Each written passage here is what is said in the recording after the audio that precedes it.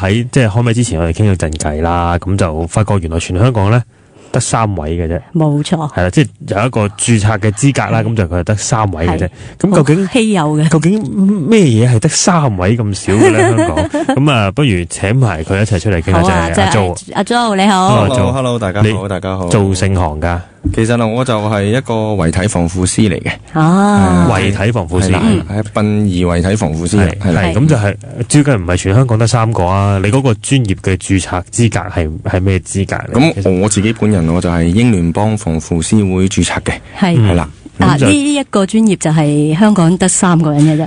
你應該咁講啦，你話 entitled 嘅有3個啦，咁你話唔 entitled 嘅真係其實有幾多個，大家都唔知。即係做緊同差不多工種嘅，可能就唔止3個。應該咁講啦，遺體防腐處理咧，始終都唔係一個 must 嚟嘅，喺香港呢個 moment。但係其實好多人咧對呢樣嘢都一知半解，咁同埋有聽因為始終我哋個行業嚟講咧，好多人聽啲長輩講啊，或者嗰啲以前啲三姑六婆點樣啊，佢哋對我哋呢個嗱，就係講遺體防腐呢個 sector 咧，就會嘅認識會比較少啲。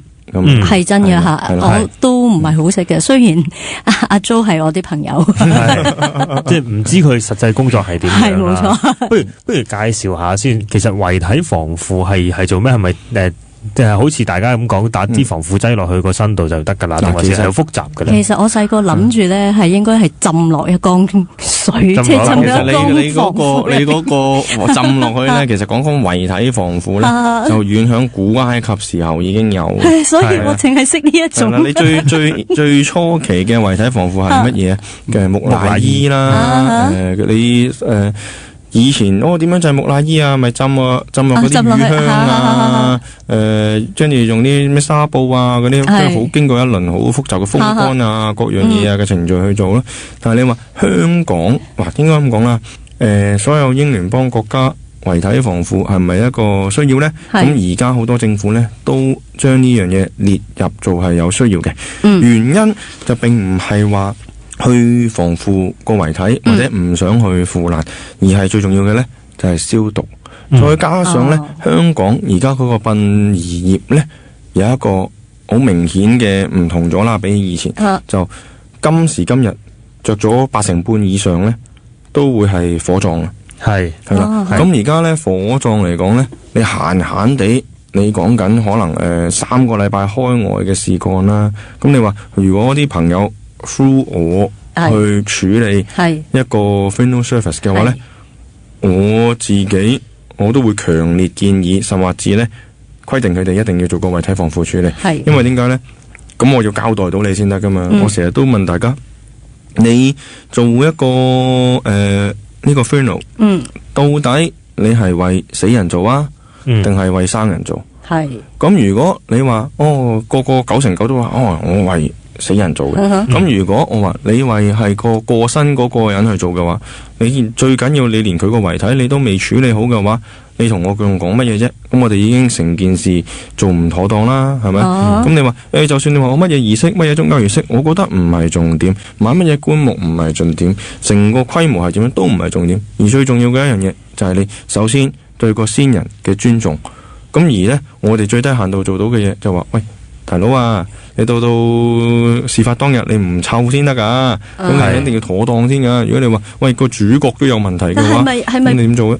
擺喺個雪櫃入邊係 keep 得耐啲噶，即係我唔知，因為依家真係好耐。我打個譬如咁計數啊，一嚿豬肉，OK， 你放入個雪櫃度，3個星期，係啦，攞翻出嚟之後會點樣？硬晒。變晒色啦，變晒色啦。咁你溶雪嘅時候咩水爆爆啊、水腫啊、各樣嘢啊嗰啲咁嘅嘢，咁可能有陣時我哋即係今時今日啦，就見到有啲遺體可能喂點解會俾佢生前水腫咗咁多啊？或者就係啦，有個月分別咯。但係當然你話遺體防腐到底係點樣呢？我哋都係會將佢人體某一部分嘅水分去抽走，跟住我哋有一啲 chemical 啦。咁你話 exactly 係乜嘢嘅？咁都頗多，我哋都唔能夠喺度盡錄啦。咁就打入去個遺體嗰度，或者多餘嘅水分排出咁樣，或者其實咧好多唔同嘅情況嘅，例如話個案都唔同啦，有啲佢比較水腫嘅，我哋要做啲乜嘢，或者佢比較瘦嘅，我哋可以做啲乜嘢，盡量我哋保持先人生前嘅容貌咯。呢個係我主要嘅工作啦。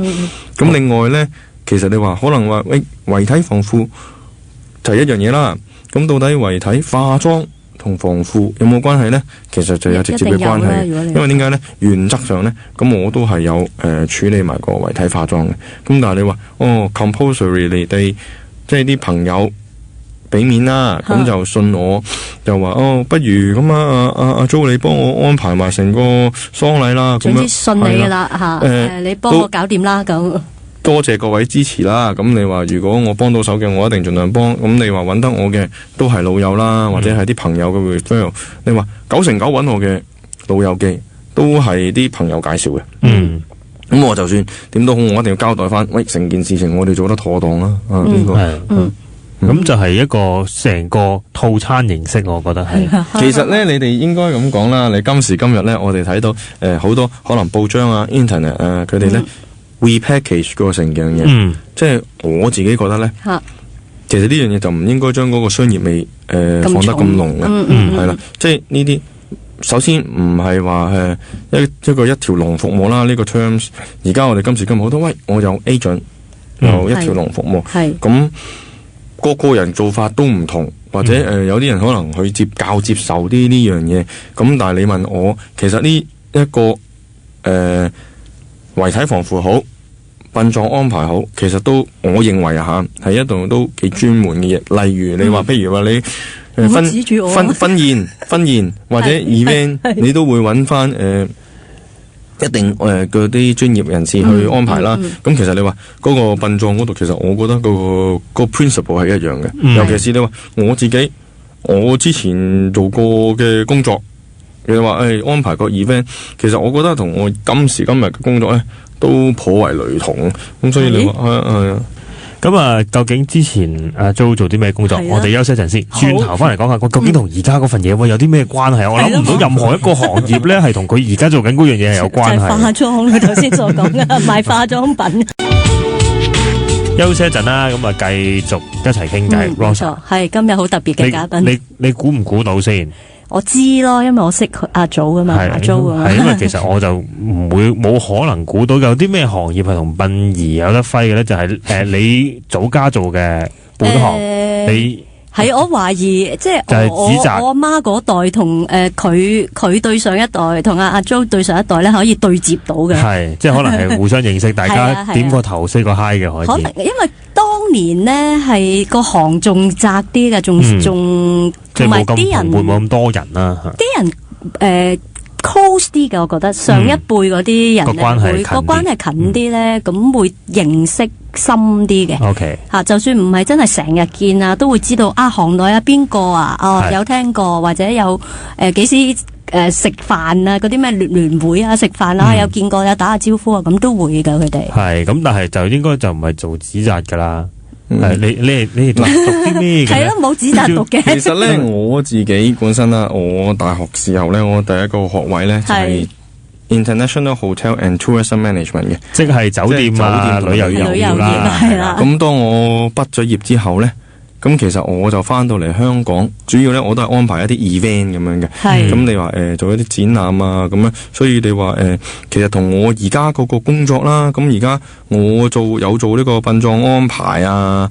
嗰啲咁嘅嘢咧，所以其實成個即係都係跟個 run down，搞手都係啦 event organizer 啦，我哋叫做，所以就有關係。其實咧，你聽到阿 Jo 把聲都知，其實佢好後生嘅，絕對唔係我哋想象中咧，或者我哋平時喺紅磡行開行埋見到嗰啲咧，上咗有翻咁上下年紀嘅叔叔輩，絕對唔係後生仔。同埋其實依家紅磡即係嗰啲工作人員咧，我見到好多都後生嘅。其實應該咁講咧，你話其實我哋個行業裏邊咧，咁。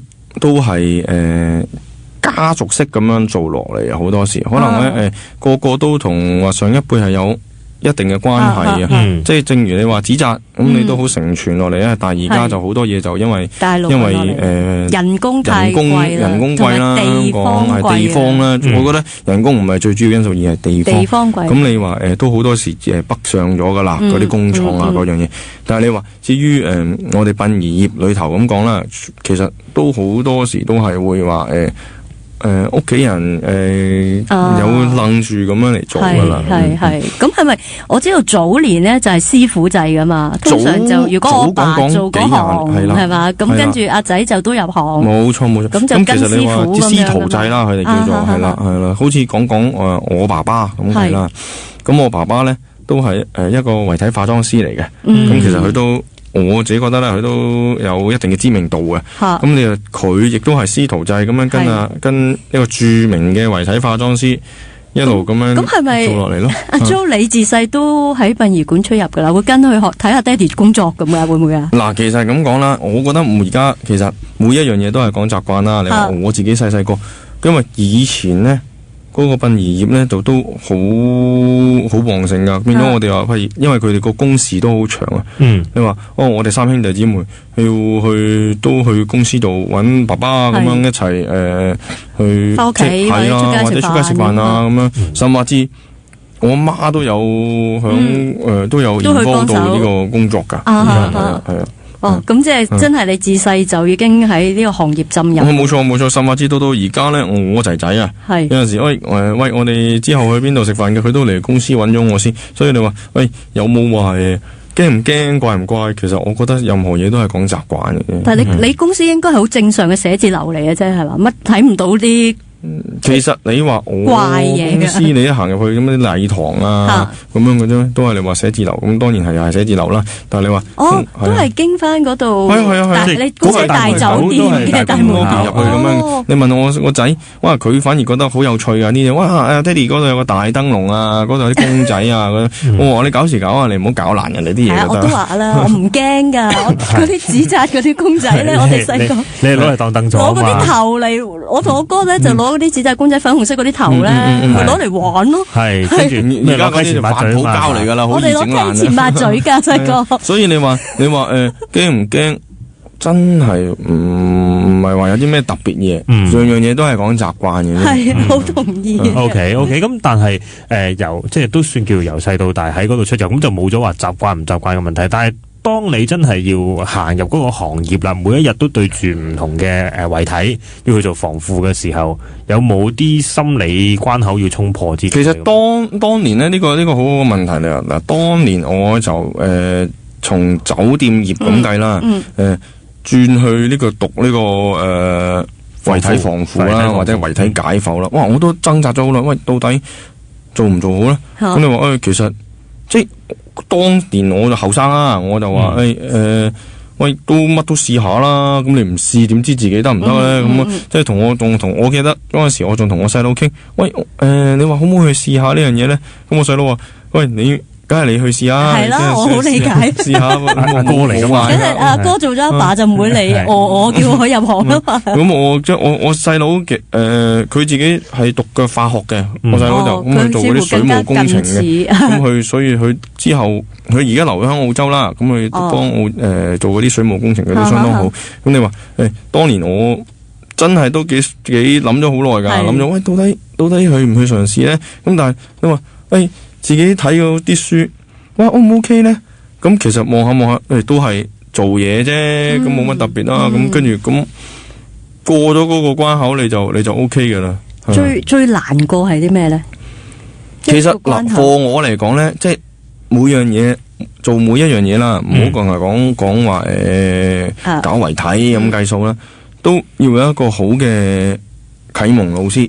嗱，坦白講，我個 mentor 即係我爸爸咧，響呢樣嘢我自己覺得佢就做得非常之成功嘅，因為你話喂，佢從我由一張白紙開始去教我，喂點樣去做，即係佢哋一啲正正式式老一輩嗰啲咧，佢哋就實戰型啲啊，就唔同話我哋嗰啲書本上嘅嘢啦，即係冇咁多理論講嘅，冇咁多理論啊。當時一開始我哋就直頭落手落腳做，你企喺我側跟，你睇住我做咁樣，咁我爸爸咧。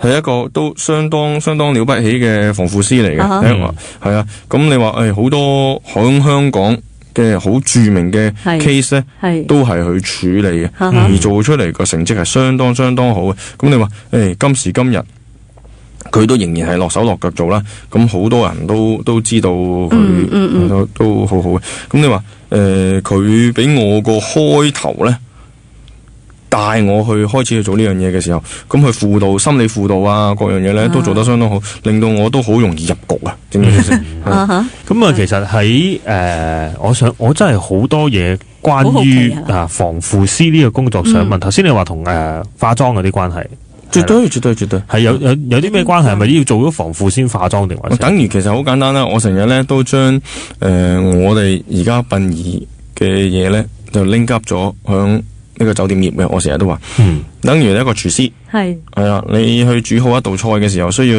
啲預備嘅材料做得好唔好？嗱，你話等於我而家個案嗰個遺體，如果防腐或者處理得唔好嘅話，到佢個化妝會唔會有影響咧？其實絕對有影響。係，會有啲咩影響？我唔係好想象到，因為唔上粉啊嘛。係咪唔上粉啊？其實你等於你話啲女人大熱天時個油淋淋，會唔會好容易化到妝咧？其實嗰個概念就同樣嘅。你話等於你畫一幅畫。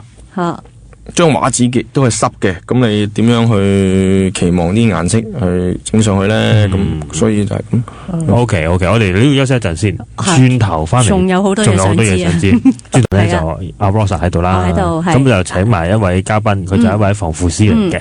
阿 Jo 係啦，咁啊同阿 Jo 一齊傾偈，咁啊好特別嘅。頭先阿 Rosa 休息嘅時候問咗一個問題，我完全冇諗過你呢個問題。係嘛？你真係啊！好，我再喺咪度問多一次。係啊，唔係首先就係我同你都分別收咗阿 Jo 張卡片。係冇錯。係啦，我就毫無疑問咁就接咗。係好特別喎，跟住就交換咗張卡片啦。係跟住你就問呢個問題，有冇人唔收你張？ Jo 係咯，有冇人唔收你個卡片嘅？其實好坦白講咧，就真係有嘅。即係佢哋話唔好，我唔需要呢樣嘢咁都好多，即係有咁嘅情況出現過。其實 Alan 點解我會突然間諗起呢樣嘢咧？係因為舊年咧，我屋企人就即係都有辦嗰啲白事，係啦。咁嗰陣時咧就需要到勞動到我去幫我媽手，再去處理一個親戚嘅白事咁嘅。咁咧當時我哋去搵人幫手嗰時，咁嗰個代理咁，梗係俾咗2張卡片我哋咁啦。咁跟住我翻到屋企，我要同匯報啊嘛，同啲屋企人。咁我就順手攞張卡片就遞咗俾我弟婦。吓。咁佢俾我個反應咧，當時就係、喂，做咩俾我？唔好俾我，我唔要咁喎。係啦，咁我就其實我當時就呆一呆，所以我就咁記得咯。咁我後尾再諗，即係我即刻就諗一諗，哦係，即係可能有啲人係好罩忌、好大吉利是嘅呢啲嘢，所以佢就話。呢啲卡片我 keep 嚟做咩？我唔要咁咯。有絕對有經歷過咁嘅情況，即係大家啲老友咁講笑話。嗱，你今次唔 keep 我呢張卡片咧，我下次過埋膠先俾你，等你唔會整爛啊嚇。都有咁講笑過。幾好啊！你咁樣就反而即係咪即係 friend 嘅幽默地化解咗。冇所謂啦，其實你凡事都係嘅。咁你嘻嘻哈哈講過去咪算數咯。咁但係有冇好多禁忌喺入邊嘅？即係譬如首先有人會唔收你卡片咧，咁跟住咧就聽過嗰啲傳聞就話你唔好嚟探我，唔去探人啊，唔去拜年啊，諸如此類唔吉利嘅行業啊，諸如此類咁樣，會唔會有噶？其實我自己本人咧，我就覺得咧呢啲嘢係唔成立嘅，係因為你話可能我哋呢啲正正式式唔同以前個年代師徒制啦，我哋呢啲讀書出嚟嘅，或者呢一路有冇咁嘅禁忌啊？喂，佢當你 friend 咪唔禁忌咯？咁到底嗰個係唔係真係 friend 嘅？咁你話喂，我自己出心去探你嘅，咁如果你向另外一方面睇，咁都冇計噶。咁所以你話過到自己就 OK 噶啦。我覺得呢啲，同埋阿 Jo 有一個好特別嘅身份嘅。點解可以上到嚟我哋個節目做嘉賓呢？係因為佢係一個天主教徒嚟。係冇錯，呢個係好重要嘅身份，到而家都未提及，講嗰半個鐘頭好多係咪？咁但係我成日都覺得咧係我自己咁樣諗啊，因為曾幾何時屋企都搞過白事啦，咁跟住咁啱有你屋企全家人都係教友。唔好講呢樣嘢先，係唔係都唔係一個重點，因為有同事咁啱結婚擺酒。咁我都主動問佢，喂，我屋企有啲咁嘅情況，你介唔介意我嚟？我冇所謂嘅，咁你請我就請我啦，唔請我就冇所謂嘅，係啦。咁就係將呢一樣嘢 pass 咗俾佢咯，係啦。咁到最後佢冇請我嘅，係啦。咁我又講我另一個經歷俾你聽，就係講緊我個親戚嗰個白事啦吓。咁佢搞掂晒啦，咁後尾抽籤嗰啲叫咩抽龕位嗰啲又抽到啦，咁入位咯。係咁咧，跟住咧我就開始屋企人咧就有一個屋企人出聲話，喂嗱，唔好揀幾多月邊個生日咁，跟住另一個聽到，咦，原來可以咁樣出聲噶，咁佢又講嗱，咁如果你唔揀呢個月係啦，咁咩幾多月又唔好揀咯，咁跟住又另係有人出聲啦，咁幾多月同幾多月同幾多月都唔好揀啊，咁應該揀下就唔使搞。你知道後尾結果係點咧？真係跟住咧就全部人望住我咁樣就揀4月啦，你信教噶嘛？你拋無禁忌噶嘛？冇得揀啊，係4月啦。咁結果就真係就揀咗4月。其實我覺得呢樣嘢冇所謂嘅。老實講，你話有冇去咩嗱？首先我答翻 Alan 頭先咁講先啦。你話咩請飲，等於以前個年代啲人咧就會諗，喂我辦白事喎，如果你搞喜事嘅話，我好唔好應該唔去啊？咁講咁其實喂有啲嘢在所難免，正正式式。喂，如果嗰個好老友嘅，咁到底我應唔應該去咧？咁即係講真，當你係 friend 就唔會介意啦，啱唔啱啊？即係，但係我當然我唔知你 exactly 當其時嘅個案啦。你話我結婚擺酒嗰陣時，我都入咗行噶啦。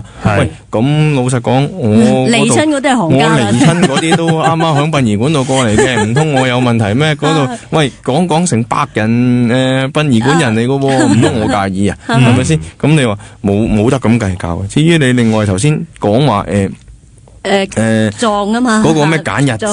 喂，如果話即係百子千孫嘅話，咁我淨係孫塞咁樣10幾20個嘅話，1年得12個月嘅啫，大佬，唔通我真係成年唔搞啊？我覺得我成家人都明嘅呢樣嘢，但係到真係要抉擇嘅時候咧，就只係犧牲咗我。唔係，其實通常咧，而家啲人咧都會講話，喂，只要個大仔。或者一個大孫，唔係 crash 佢哋咁就 OK 噶啦，咁係啊，因為真係家族大。同埋而家今時今日香港做嘢，喂，你唔能夠下下話你幾時攞假噶嘛？咁你現實歸現實啦，有好多嘢傳統，你話跟到嘅就當之然最好啦。你話呢啲傳統嘅嘢，大家都唔想去遺忘佢，但係你話喂，今時今日香港現實，我哋能唔能夠做到呢樣嘢？咁你咁講，你話打齋拜神，以前嘅年代咧，哇，每一個7打堂齋添，係啊。但係你話喂，今時今日你肯使錢，我冇地方俾你啊，你明唔明？係啊，想做到係啊，我冇地方俾你。哇，個禮拜嚟搞一次嘅話，你少數怕長計，而家好多人咧都會將佢濃縮咗去2日1夜咁樣做，即係做法事就做一次咁樣，個形式上嘅嘢嚟嘅啫。你話係唔係跟翻個傳統，你話能力上跟到嘅梗係最好啦，但係現實能唔能夠做到咧？依家真係簡單好多，好多時簡化咗就真嘅。但係你咁講，你話而家火葬土葬都嗰個比例都越嚟越懸殊啦，冇地啊嘛。其實你講緊天主教正式傳統天主教徒咧，就唔火葬嘅，係啊，一定係土葬嘅，係啊。咁你話，但係今時今日能唔能夠做到咧？都好多掣肘咯，唔同嘅因素啦，咁就太多嘢啦。即係隨住時代嘅演變咧，即係除咗話即係嗰啲禁忌上邊冇咁重要之外咧，甚至乎對先人嗰種，即係話天主教徒一定要土葬，你都即係香港所有嘢都係土地問題嚟噶嘛？其實有嘅，即係點講咧？有好多人為咗簡單咗化咗成件事，就話而家冇土葬噶啦咁講，因為點解咧？多手尾跟，即係成件事，即係你好少永遠地啦嘛，係咪呢個意思啊？即係幾年後又要起翻新。永遠地其實都當然係有嘅，咁但係個途徑你識唔識得去處理咁樣咯？你話一定要起身嘅，而家大部分嘅土葬地都係要起身噶啦，係 OK，咁啊休息一陣先，轉頭翻嚟我。好啦，休息一陣之後就最後一節同阿 Rosa 同埋阿 Jo 傾偈。咁當然啦，阿 Jo 下個禮拜都喺度啦，都仲未講佢宗教嘅嘢，淨係講咗啲關於佢工作上邊、殯儀上邊嘅東西。其實講少少關於宗教嘅嘢先。好啊，你就照計冇乜禁忌啊。即係上一節都係咁講啦。其實我個人認為咧，呢啲都係你自己過到自己嘅心就 O K 噶啦，有乜禁忌唔禁忌啊？係咁，但係會唔會有即係顧客啦？係即係唔中意，哇！你咩都唔守嗰啲禮啊之類嗰啲。咁當然啦，你嚟到揾我嘅時候，你同我講拜神，我就梗係會跟翻拜神嘅規矩同你講。咁你有識嘅係嘛？多少啦，咁你經驗累積啊嘛，係咪先？咁你埋嚟同我講天主教嘅，咁唔係跟翻天主教嗰個概念同你講咯。譬如話你諗住道教、佛教或者我哋嗰啲唔同嘅宗教，咁我都會尊重翻大家嗰個宗教信仰嚟去跟翻你嗰個人規矩嘅。其實一般防腐嚟講就冇乜特別關宗教事嘅啫，會唔會？嗱，其實咁講啦，我就將兩樣嘢我哋獨立嚟睇嘅。係，你話我成日都話嗰個殯葬嗰個我哋叫殮葬咧，就係一個環節。係，你嗰個儀式就係另外一個環節嚟嘅。正儀式咧，你話如果我冇宗教信仰嘅，我乜嘢儀式都唔搞嘅，你都需要搞嗰個殯葬嘅。係，所以我就將兩樣嘢分開睇嘅。OK， 咁但係會唔會話有啲我成日都喺度諗咧，好啲電影上身會唔會有啲儀式需要做嘅？即係譬如你去approach 一個遺體嘅時候之前，會唔會有啲嘢需要做咁樣？其實我而家咁講啦，我就即係有啲人就話，應該要同佢傾個偈先啊。咁其實你最緊要。你成個 process， 你過到即係抱住個心態，你話喂，我而家我係想做好件事情啊嘛，係咪？咁你話咁唔通我同你傾咗偈先咩？係咪？唔係咁嘅，即係我自己嗰個 theory 就係話，我過到自己過到人啦。老實講，冇話咩特別規矩唔規矩啊。你對每一件事情要有個尊重，基本嘅尊重，咁我覺得就已經 OK 噶啦。OK， 即係尊重翻個遺體，尊重翻件事，係啦。咁就唔需要話專登做啲咩儀式啊。你又唔會摁晒腳咁樣入去。咁你自己做緊嗰樣嘢嘅時候，咁你自己都係一個專業人士，咁你都有翻佢嘅操守嘅。所以你話我個人認為咧，呢個即係殯葬方面咧，嗰個人嘅一個品德啊，都相當緊要嘅。絕對同意呢個。係。喂，咁你入行咁多年咧，有冇遇過怪事啊？嗱，其實呢個問題我都有啲夜深節目啲咁嘅嘢。唔係你好多人成日都問我呢個問題。喂，阿 Jo，你做咁多年，或者你阿爸阿嫲咁多年，有冇見過鬼啊？咁講。即係我冇，唔一定有鬼啊，即係有啲奇怪事情啦。轉頭唔見咗樣嘢嗰啲咧。簡單啲，你問我即係我哋打個譬喻啦。好多朋友問我，阿 Jo 你有冇見過鬼？我話喂，真係好坦白話俾你聽，冇。即係可能啦，我見過我唔知啦，有啲奇怪嘅嘢見過我唔知啦。咁我哋都話講笑咁講啦。你話真係悲哀啊，鬼都怕鬼咗我。所以你話有邊有即係有鬼冇鬼，我都真係唔知啊！真係你話，等於你話燒嘢俾你收唔收到？人哋問我，阿 Joey，我燒間屋俾佢，到底佢收唔收到？我真係唔知喎，我遲啲知道我話俾你知啊！我細個咧，我姑媽教我咧，燒咗落去，你信佢就收到噶啦。所以我咪話咯，即係我成日都問啲人啊，你嚟辦事，你係為個先人做，定係為自己做？如果你話我係為先人做嘅，心安理得 OK 噶啦。等於你話喂辦事，有好多人好自然會拎級到話喂到底我要使幾多錢啊？咁樣你話喂心安理得，有錢冇大狀啊嘛，即係老實講啊，唔通你冇錢唔使死咩？係咪咁講啊？咁你平有平做，貴有貴做嘅啫。你過到自己過到人，我覺得已經 OK 噶啦。我好記得咧，細個咧，我哋鋪頭真係有紙紮師傅噶嘛，紮嗰啲公仔啊，嗰啲屋啊、車啊，其實唔合比例噶嘛。哇！而家好犀利咯，法拉利都有，我哋見到哇馬場啊、法拉利啊、直升機。我就係走去問啊師傅話，間屋咁細，即係其實間屋一啲都唔細，已經係人6尺高㗎啦，2層高咁啊嘛。但係個妹仔都係人咁高。係啦，冇錯啦，間屋咁細，個妹仔點入去啊？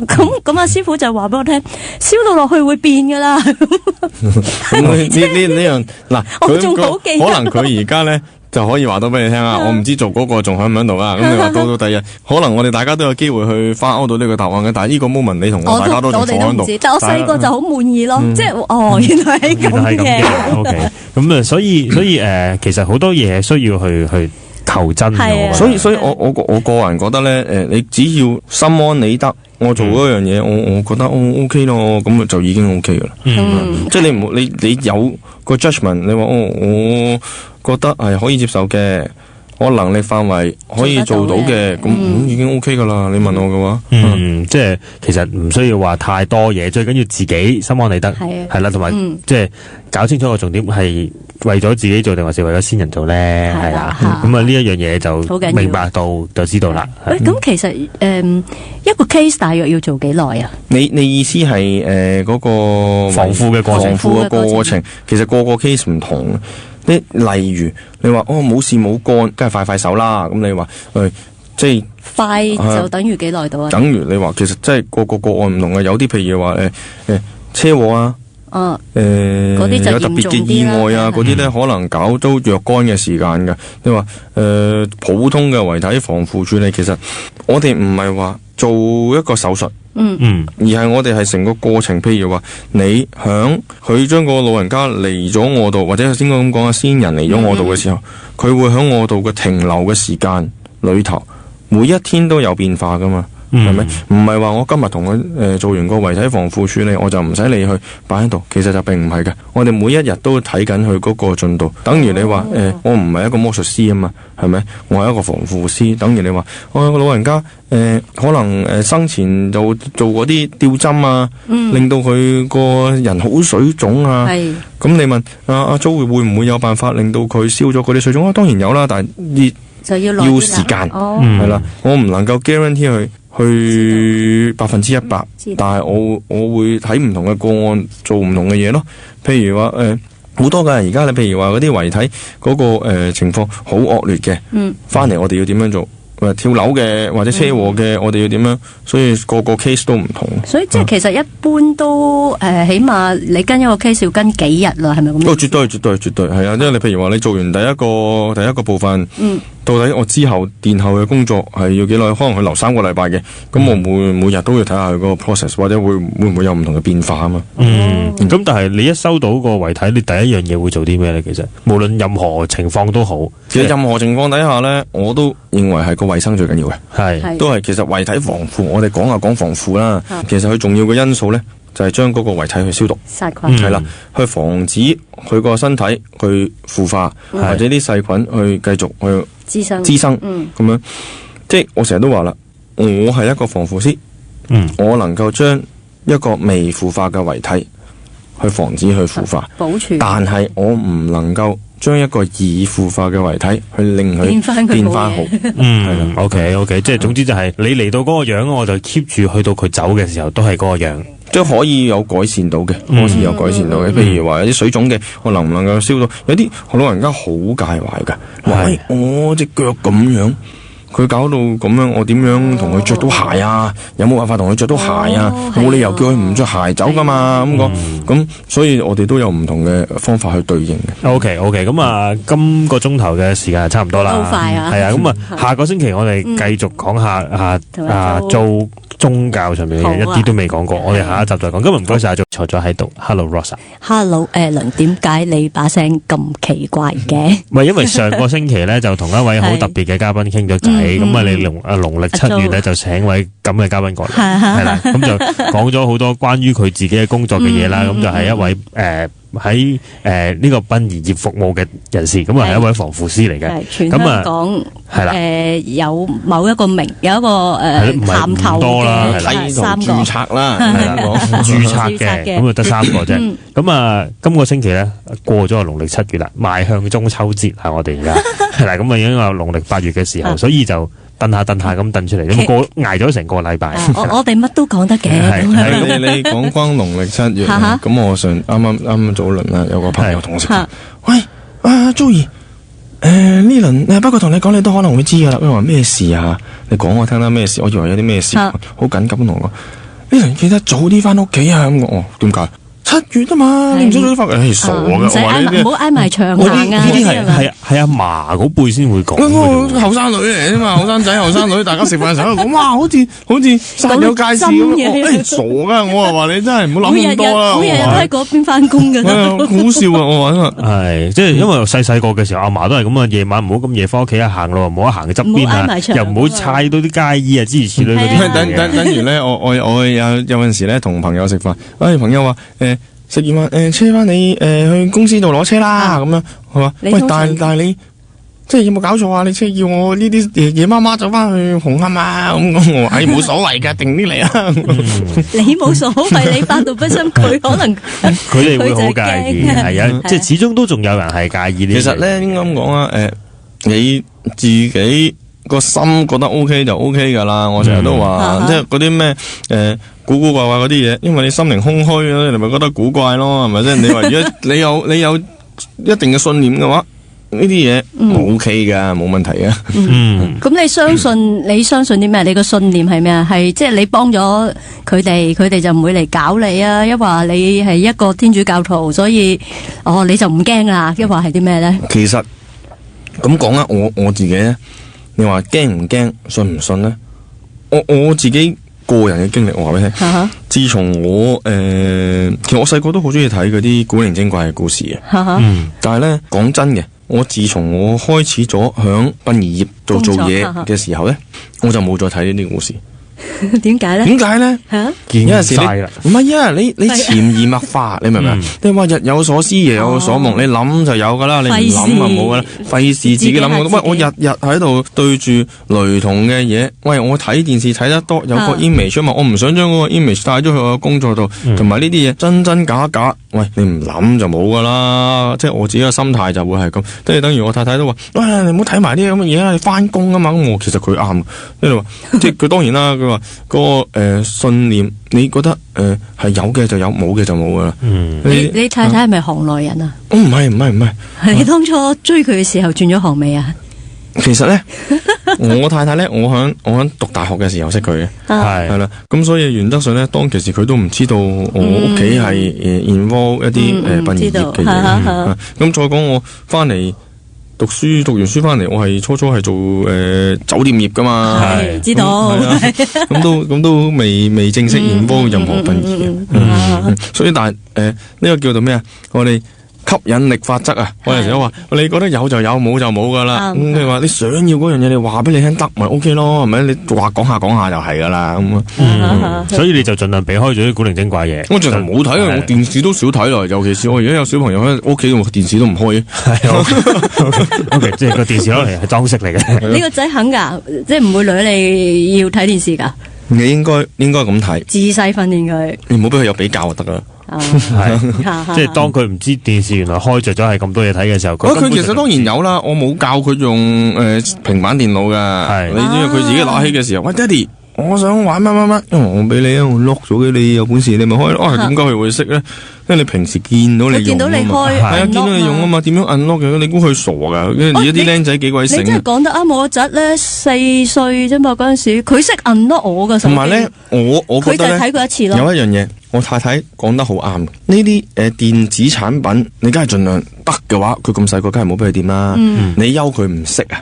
啱唔啱啊？你遲啲佢有機會翻學，係啊，佢翻學嘅時候自然噶啦。你到幼稚園而家都用平板電腦嘅，正式你休佢唔識啊，係咪？所以你話你太早俾佢去 involve 呢樣嘢嘅，咁我都覺得唔係。我當然我太太主張，即係我哋同佢日日講圖書，呢樣我太太做得相當成功噶。我仔，哇！你俾本圖書佢，同埋俾個 iPad 佢，佢主張要圖書。喂，爹哋同我講圖書，媽咪同我講圖書，佢都唔會話我要玩 iPad。咁當然啦，亦都有扭計嘅時候啊。其實咧平板電腦啦，亦都相當厲害嘅，係萬試萬靈。嗱，因為扭緊計嘅時候，你開咗個嘢喺度，自然靜晒噶啦。呢個叫電子奶嘴。你個女都需要嘛？我個女就比較少，佢細個少少在，係啦，咁就暫時都未有需要。但係佢已經識得用佢阿媽個電話個相機，佢自己識得開，自己識得影相，影完相仲問我靚唔靚。雖然都全部都係鬆郁蒙冇頭冇腳嘅，但係佢都覺得即係好有成就感啊！係啦，影咗相啦，係啦，又或者識得攞嚟聽歌。係啦，咁就即係唔使教佢，自己會識。唔使教㗎，真係唔使教佢自己。佢識得。而家邊有蠢人嘅？啱唔啱啊？即係好細個，因為有啲仔仔仔女都大晒啦，即係都讀小學啊之類咁樣，但係佢哋都好細個就已經知道拎住個電話係要撥嘅。即係唔係撥電話嗰個，即係打橫嗰度捽我哋，係啦喺度捽嘅。佢好細個已經識，知道我哋可能睇緊相，睇完呢一張佢自己可能1歲之前已經識得自己喺度搣咁樣咯。我話個 iPad 咧嗰啲咩收埋啊嗰啲 function 咧，我都唔知㗎。初話點解你可以咁樣可以轉咗個 page？ 你阿仔教你啊？我見到佢咁做，喂，乜然有啲咁嘅嘢，我自己都唔知。我喺 YouTube 睇過有一段片咧，係講有個 BB 可能1歲到嘅啫，佢就係佢識玩開 iPad，識撥啊嘛，撥咁啦，跟住個大人咧就攞開佢個 iPad，就轉咗一本雜誌俾佢 A4 size 嗰啲雜誌咧，咁佢就又以為係 iPad，佢就係咁喺度撥嗰個雜誌，但係點解撥唔到嘢走嘅？咁啊開始喊啦！即係始終都係習慣咗嗰一樣嘢，即唔識得，根本上就係唔知，未識得轉化啊嘛。其實我都話啦，嗰個傳統即係嗰個書本啊，即係 paper book 啊，我哋叫，其實嗰個 concept 係好啲嘅。你問我係，始終都係一本書會比較好啲。OK， 好啦咁。休息一陣之後繼續啦，終於落到呢個嘅信仰之路啦。你好期待啊！係啊，我成日都覺得咧，首先做殯儀行業嘅人好神秘先啦。呢個行業本身好神秘，大家都因為香港唔多。唔好話多唔多先，我都覺得有需要嘅呢個行業就但係就大家好忌諱啊。始終中國人咧對呢一樣嘢好忌諱，唔會主動去談及，甚至乎身邊唔會有人去做呢個行頭，又唔係真係咁大，唔係做銀行咁樣，周圍都有噶嘛，係啦，咁所以就比較少。咁但係阿 Rosa 請得上嚟就一定係天主教徒啦。你係阿 Jo 係幾多歲領洗㗎？其實我哋咧，即係我自己一出世我就已經屋企就領，即係捉我領。即係你係公教家庭嚟嘅。係啊，因為我哋屋企幾代㗎啦，即係據我第四代、第五代嘅天主教徒。即係你已經係第四代。我第四代，係啊。即係你個仔。即係據我知啊，嗱，即係再上一啲嗰啲，我哋都唔知啦。其實都好犀利喎，即係真係清朝。係，即係講，即係嗱，我阿嫲話俾我聽，佢對上已經係天主教啦。咁你數落，我都第四啦。即係清朝㗎，係啊。咁但係我又想知道，即係你阿爸都已經係你嘅師傅嚟㗎嘛？上一集咁講。係啊，其實都係我一個非常非常尊重嘅啟蒙老師啦，即係正式嘅。佢又有宗教信仰㗎嘛，佢又入咗呢一行，即係比較中人好有禁忌嘅一個行業啊。其實應該咁講啦，你嘅時代嘅轉變，你話禁忌唔禁忌就見仁見智啦。其實啱你講啱，早年係禁忌啲可能。時代轉變緊，即係每一日都唔同，係咪先？OK， 咁啊，我繼續想問埋落去啦。追問宗教對於你嘅工作有冇影響或者幫助啊？都絕對有，絕對有。你話以前未入行嘅時候咧，我嗰個感覺都冇咁強烈。好坦白講，你話，但係到我入咗呢個殯儀業之後咧，你話有冇一啲好抉擇性嘅問題要處理啊？或者身邊有冇人幫到你啊？即係。都好搞笑，我哋成日都話，你冇事冇干，唔會去求神嘅，你有問題先至去問天主嘅啫。講即係你話我自己都有啊，我面對難處嘅時候，喂，唔同得邊個講咧？冇嘅，都係自己，即係可能啊，你話即係講搞笑啲啦，你哋話祈下禱啊，或者到底我哋應該點做啊？即係天主啊！面前呢一個 case 唔知點做。即係其實問自己類似嘅個案咯，即係你話到底呢個環節應該點處理啊？咁樣都係咯。即係都會有，即係好似好無助。人就梗有迷失嘅時候啊，啱唔啱啊？即係你話喂，我要點樣指引啊？各樣嘢，其實咧都即係我覺得咧，你可能話自己答自己嘅問題嘅。到底係唔係？我都唔知。係個心唔知咩，突然間有句說話。係啊，即係你話都係自己諗咯。你咁就即係呢個宗教就又係嗰句咯。你信就有，唔信就冇啦。呢啲OK。咁但係細個咧，你話自己一出世就已經領洗，屋企人對你個宗教嘅培育其實多唔多？有冇一定要翻禮拜堂啊咁樣？咁Sunday School 就一定要噶啦。嗰陣時個禮拜就請咗去啦。咁主日學啦。咁你話到中學過後，或者到去去咗外國讀書啊，咁有冇去教堂啊？都有嘅，一年去幾次啦，即係聖誕啊、復活啊咁樣，即係特別啲嘅個案啊，都會有事嘅時候係啊，有事嘅時候先去拜神噶啦，嗰陣時講笑咁講啊。咁但係就即係細個嘅培育都多，屋企嗰個宗教氣氛濃唔濃厚嘅其實。咁你話宗教氣氛濃唔濃厚，其實講翻咧又唔算嘅喎，即係你當然啦，你話嗰啲咩食十字架啊、聖上啊，屋企有啦。但係你話會唔會咩四旬期啊、會咩守齋啊嗰啲都有嘅。咁講真係，每晚一齊坐一齊睇聖經啊，一齊做個晚禱啊嗰啲，都真係少嘅。坦白講真係少。但係直到幾時我會覺得嗰個宗教氣氛會濃厚少少咧？就係我之前去到加拿大讀書啊。咁嗰陣時咧過年過節啊，咩 Thanksgiving 啊、Christmas 啊嗰啲咧，咁我嗰個感覺咧就會強烈啲啦。哇！嗰個宗教起碼喺西方社會嘅時候，我自己因為我去過 Sunday School。咁我知道什麼嘅一回事啊，嗰個故事係點，即係等於你話，我天主教嘅有天主教嘅故事，咁你而家我哋睇得多啦，我翻工啊，可能拜神有拜神嘅故事啊，嗰樣嘢，咁都其實相當有趣。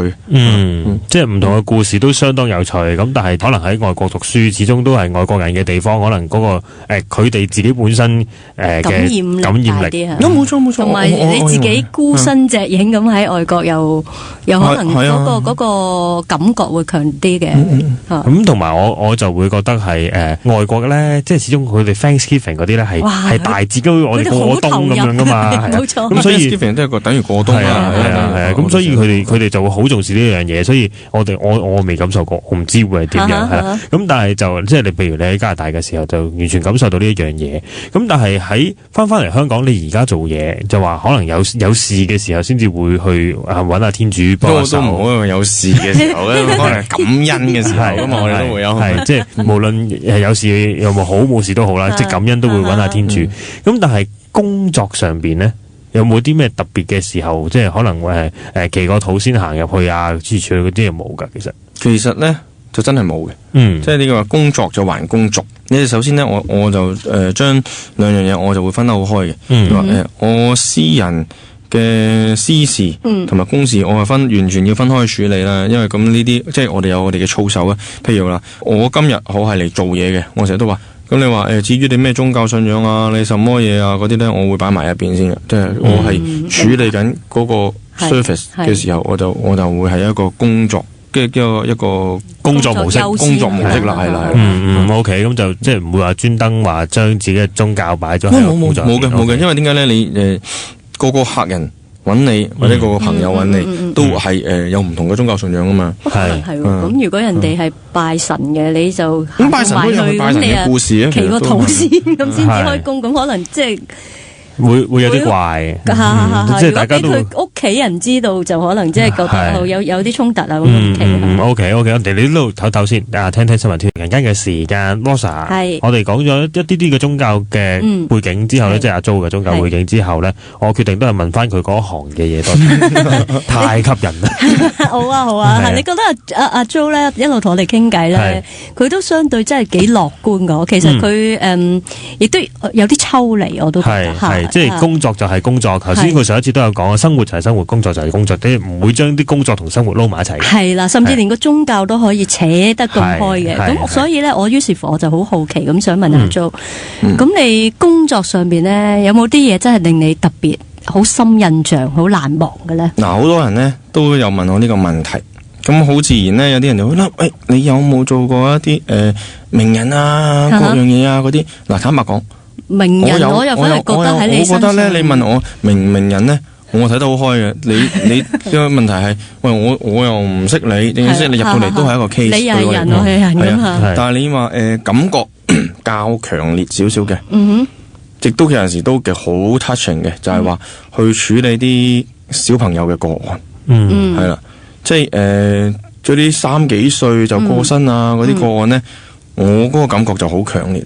如果你話去到處理呢啲咁嘅特別嘅嬰兒啊或者細路哥嘅個案嘅時候咧，好多時咧我都話唔使同事去處理，我自己一手一腳做晒。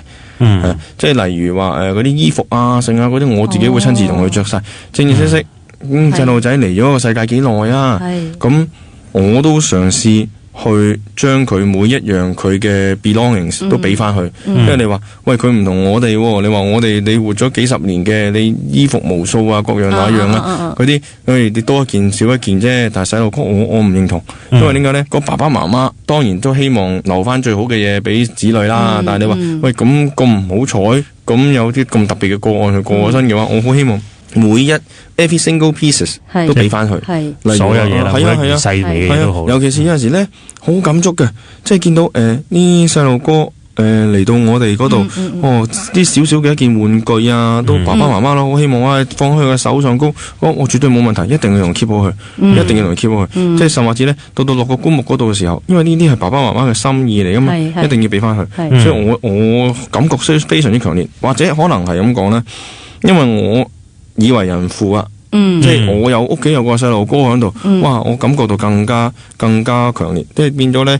我哋見到有啲爸爸媽媽送個細路哥嚟嘅時候，佢根本唔捨得，即係嗰個情況，唔捨得擺低。係啊，咁你等於唔好話過身咁大件事啊！你問我叫我2日唔見我個仔，我都心掛掛啦，係咪？所以其實係同樣嘅嗰個 principle 嚟嘅。即係尤其是有做咗人父母之後呢一個呢個感覺係大啲啊！我相信你未有小朋友之前個感覺冇咁大啊嘛。其實都有咁嘅感覺，點解咧？因為實情見到即係嗰個爸爸媽媽嗰個情況咧，你就更加感覺強烈啊！係，一定係咁嘅，即係始終就係，尤其是自己一手一腳培育出嚟嘅小朋友咁細個，對佢住即係你好多時，正如我之前成日同大家講，你將心比己，你話喂，如果係咁嘅個案響自己身上發生嘅話，哇！你會我真係喊死都有知啊，正正式式係啊，係唔多㗎係咪呢啲 case？咁唔多都梗有嘅，係咪 ？OK， 係明白嚇。咁跟住即係你如何可以好容易咁收拾翻你嘅情緒咧？咁放工就要放工噶啦，有啲嘢即係你話翻到屋企就真係唔好去諗呢樣嘢啦。如果唔係真係有排唔開心啊，係咪先？所以自己嗰個情緒控制好緊要，呢樣真嘅，呢樣講就容易，做就唔容易嘅嘢。你有冇啲特別技巧噶？總之一話即係譬如有句 magic word 就係提。放工就係放工咁，放工就真係要放工啊！如果唔係真係唔得掂啊，都盡量能力許可嘅情況底下，都希望盡量啦。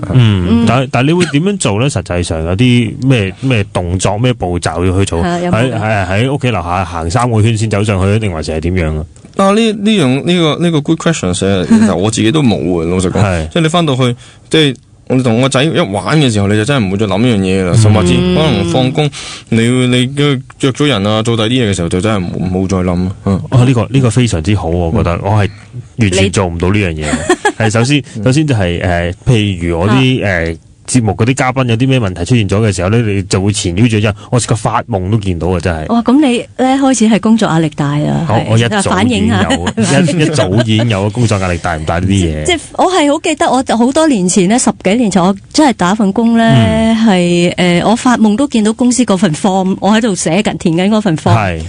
嗰下我就發現，哇唔掂當啦！呢啲都盡量嘅啫。坦白講，你話工作上有冇啲乜嘢真係好困擾嘅？咁當然有啦，話冇呃你啊啦。其實係咪能夠真係完全 take off 咁啊？咁啊能力範圍做到嘅咪盡量做咯。即係都有啲問題會困擾你咁。即係有啲喂，我嗰個 case 係真係要 follow 嘅。我自己認為咧就你使唔使半夜都要走翻公司㗎？有時。有試過嘅，即係都有試過嘅。急 call 你個淨係咁有啲嘢係要處理嘅就要處理㗎啦，係咪？有啲情況即係其實都冇話咩返工時間啊咁㗎咯嘛。嗱，老實講，揾得你嘅，我哋唔好當佢係客人，係咪？唔好當佢係客人，揾得你嘅，你當佢係朋友。你朋友有需要你幫忙嘅時候，唔好講時間啦，唔好講幾點啦，係咪？最緊要搞掂件事情嘅啫，係咪？即係一星期7日，每日24個鐘頭，你按 call 噶咯，隨時都。如果有需要我幫手嘅情況底下，我都能力許可嘅，我都會盡量協助嘅。即係只要幫到手，可以許可嘅。能力範圍做到嘅，我點解唔做啫？你冇需要去保留呢樣嘢噶嘛？你話我將咁。俾得你有咁嘅能力嘅時候，你就要去運用佢噶啦，係咪？天主俾咗啲塔板通你，你唔用咧，俾咗啲 talent 你唔用，埋咗落。More power you have, more responsibility you have。呢個係蜘蛛俠。塔板通嘅故事，即係俾個主人個農莊主人俾咗4個金幣你就即係攞去做生意。埋咗佢定還是做生意？係啊 ，OK 呢你有咁嘅能力就應該。其實我成日咧有時都會自己提自己嘅，我好驚咧，我就係嗰個埋攞咗一個銀，然之後埋咗佢，跟住掘翻出嚟嗰個，所以我好驚天主會罰我噶。係，我應承幫手，可能幫教會，我都會應承，我有時間可以做到嘅，我都做咧。我有時就係提咗自己，係啊，即係做到就做咯。如果唔係就唔知天主第日會唔會同我算賬嘅。唔係，即係做到嘅就盡量幫手。OK， 我哋嚟到唞唞先，轉頭翻嚟仲有一節事。休息一陣，最後一節同 Rosa 同阿 Jo 傾偈。係啦，係啊，我決定問一個佢嘅行業嘅問題。我成日都聽人講咧，就話有黃淡季之分，所有嘢都有黃淡季之分嘅，結婚又有啦。你問過我嘅，你記唔記得？我都有。係你又有黃淡季之分，係啊。咁阿 Jo 咧，其實咧，你話講我哋殯葬業咁計數。我而家話俾你聽咧，的而且確係有黃淡季，係即係好似你話有人成日講話過唔到大節啊，或者過年啊、冬至啊嗰啲咧，會唔會大時大節咧？的而且確係忙啲嘅。咁我哋成日都講笑咁講啊，你從來只有凍死啊，冇熱死啊嘛，係咪？咁絕對有影響嘅天氣上。即係其實中國人都真係幾有智慧，係嘛？即係我哋細個冇呢啲統計，都唔相信呢樣嘢嘅。但係咧，你去睇下咧，一年一年咁睇落去咧，的而且確係有黃淡季之分嘅。你大時大節之前啊，就的而且確係忙啲，特別多。絕對。咁但係即係而家比較熱嘅天氣就比較淡啲咯，係啊，休閒少少咯。係。咁如果你旺季嘅時候咧，你可以忙到有幾忙噶？